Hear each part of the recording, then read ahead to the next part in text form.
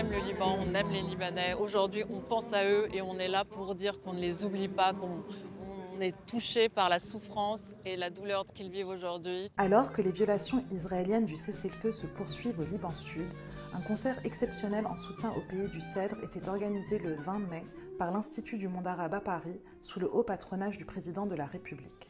Placé sous la direction artistique de Ibrahim Maalouf et de Hiba Tawaji, l'événement a rassemblé une quinzaine d'artistes libanais et non libanais. Et c'était important aussi de montrer sa diversité musicale et artistique. Symboliquement, d'être là en plein milieu de Paris et pour célébrer le Liban, c'est peut-être un des moments où je me sens le plus à ma place en fait. Si mon métier prend du sens. Un moment de partage et de communion, tant pour le public que pour les artistes, souhaitant alerter sur la situation dans le pays. J'ai grandi en Égypte et avec un père fan de Fayrouz. C'est pas important d'avoir des origines libanaises pour pouvoir vouloir faire passer ce message important qu'aujourd'hui c'est un peuple qui a besoin d'aide. Le Liban est en proie à des périls immenses. En ce sens, l'intégralité des bénéfices des 1500 billets vendus et des dons effectués doivent être reversés à des ONG présentes sur le terrain par le biais de la Fondation de France et du Centre de crise et de soutien du ministère de l'Europe et des Affaires étrangères.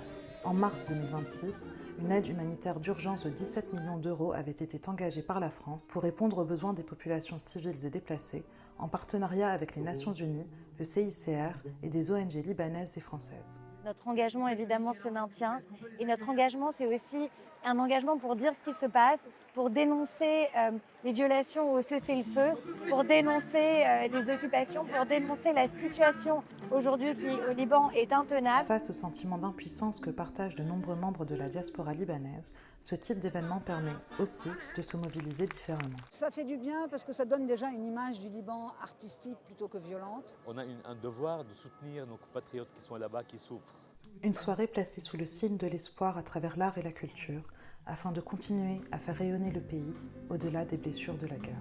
Je rentre à Beyrouth quand je termine ici.